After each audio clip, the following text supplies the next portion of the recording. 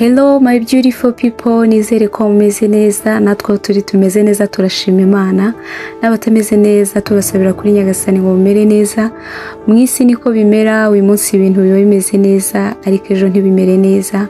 Uyu munsi ibintu biba bigenda neza ariko ejo ntibigenda neza. Ariko abatameze neza mwese turabasabira kuri Nyagasani kugira ngo namwe mumere neza kandi Imana iborohereze.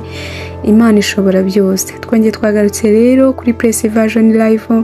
Uyu munsi tugarutse mu nkuru itandukanye ngira ngo mumaze kubimenyera ko tugenda tuganira ku tuntu n'utundi. Uyu munsi rero ndaje ngo turebere hamwe ingaruka mbi za karande. Ese karande mujya muyitekerezaho? Karande ujye uyitekerezaho ugakurura ububi bwayo? Abantu musenga karande muzi ububi bwayo. Twongeye twagarutse rero ngo tuganire ku ngaruka mbi za karande, ariko ndagushimira wowe wakoze subscribe kuri Press Version Live. Nawe utarayikora rwose ndagushishikariza kuyikora kugira ngo tujye tubana mu biganiro byacu bya buri munsi. Izi nkuru ngenda mbagezaho zitandukanye na ya nkuru ya filime mbagezaho, nimwumva rwose ari zibaryohera, ari nziza, hari ikintu zibigisha, mujye munyandikira muri comment mubimbwire. Twongere rero twagarutse uyu munsi tugiye kugaruka ku nkuru y'umubyeyi wazaye abana 7, ariko abo bana 7 ntago bari bahuje papa. Buri muntu wese yari afite papa we, buri mwana yari afite papa udahuje n'undi mwana. Abana 7 barakuze gutyo, bakurira mu buzima bugoye, bakurira mu buzima bubabaje, bakurira mu buzima burimo inzitane, bakura barushye nyine, bahuye n'ibibazo byinshi, bahuye n'imiruho myinshi. Urumva umubyeyi yababyaye gutyo mu burushyi, ababyara adafite epfo na ruguru, ababyara atagira icyerekezo, n'abana nuko nguko bakuze. Muze kumva iyo nkuru maze mwumve ingaruka mbi za karande, ukuntu karande ikurikirana. Abana barakura. Hari harimo abahungu 2 ariko umwe aza gupfa, hasigara abakobwa 5 n'umuhungu umwe.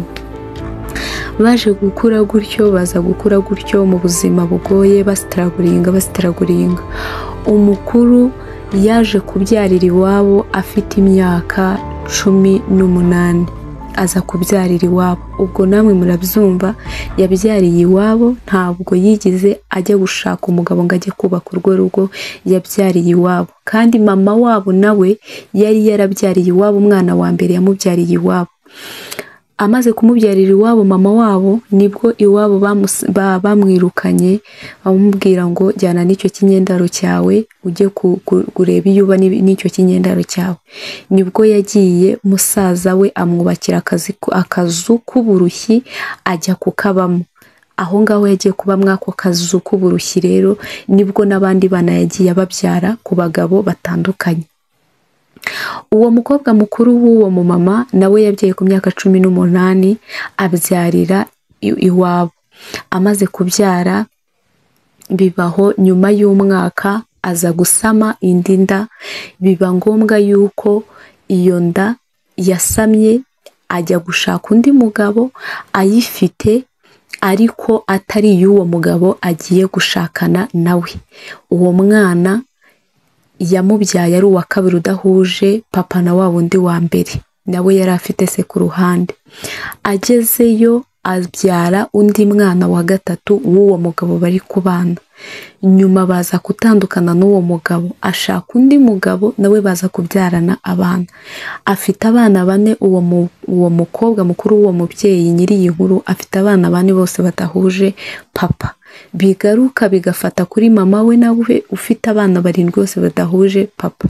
Izo ni ingaruka za karande. Inkuru yacu rero reka tuyikomeze. Umwana wa 3 w'uwo mubyeyi w'umukobwa, umwana wa 3 mu bakobwa, nawe yakuze gutyo arererwa ahantu hatandukanye, aza kwisanga ahantu kwa se wabo ariho bamurera. Baravuga ati ntago twakwemera ko umwana wacu agomeza kurererwa mu mihana n'ikindi, mu muduhe kuva tumaze kumenya ko uyu mwana ari uwacu tumurere. Aragenda ajya kwa se wabo baramurera, ariko aza kwisanga muri situation yo kuba se wabo yaramufataga ku ngufu kandi akamubwira ko nazabivuga azamwica. Umwana akurira muri icyo gikomere cyo guhohoterwa no gufata ku ngufu. yaje gushaka umugabo, ubuzima bwaje guhinduka, nyine arakura n'iki, aza gushaka umugabo arabyara. Dukomeje, umwana wa kabiri mu bakobwa nawe yaje gushaka umugabo arabyara, ariko nawe mu bana banafite harimo udahuje papa n'abandi bana. Imfura y'uwo mudamu yaje gufatwa ku ngufu na papa we umubyara.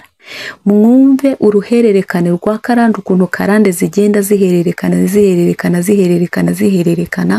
bikarangira zikoze uruziga. Ingaruka za karande ku bantu basenga barazizi neza, ukuntu karande ari mbi, zikurikirana umuntu zikamukurikirana. Hari igihe uvuka mu muryango w'abajura cyangwa se nyine mu muryango w'ibisambo, ugasanga yenda nubwo waba wowe uvuyemo uri muzima ugakura ufite discipline itandukanye n'iyabo, hari igihe bigukurikirana bikazagufatira umwana. Abantu rero mutazi gusenga, reka mbabwira agaciro ko gusenga. Dukomeje muri iyi nkuru yacu, ntabwo ntandukiriye, abantu mutazi gusenga, agaciro ko gusenga gakuraho ibyo bintu byose. Agaciro ko gusenga niko konyine gashobora kukurandurira karande.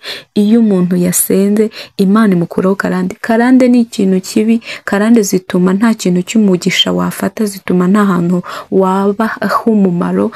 Karande zituma za ngeso mbi yenda se zo mu miryango wakuriyemo ziragukurikirana mpaka naho uri hose. Zishobora kutagufata wowe, ariko zikazafata bamwe mu bana wabyaye. Rero izo nizo ngaruka mbi za karande. Ndabashimiye rero mwese mwagomeje kuntega amatwi, kandi ni ukuri nizere yuko ibiganiro mbagezaho hari ikintu bibungura. Rwose umuntu wumva yuko mba namugejeho ibintu by'umumaro, ajya nyandikira muri comment abimbwire. Bye.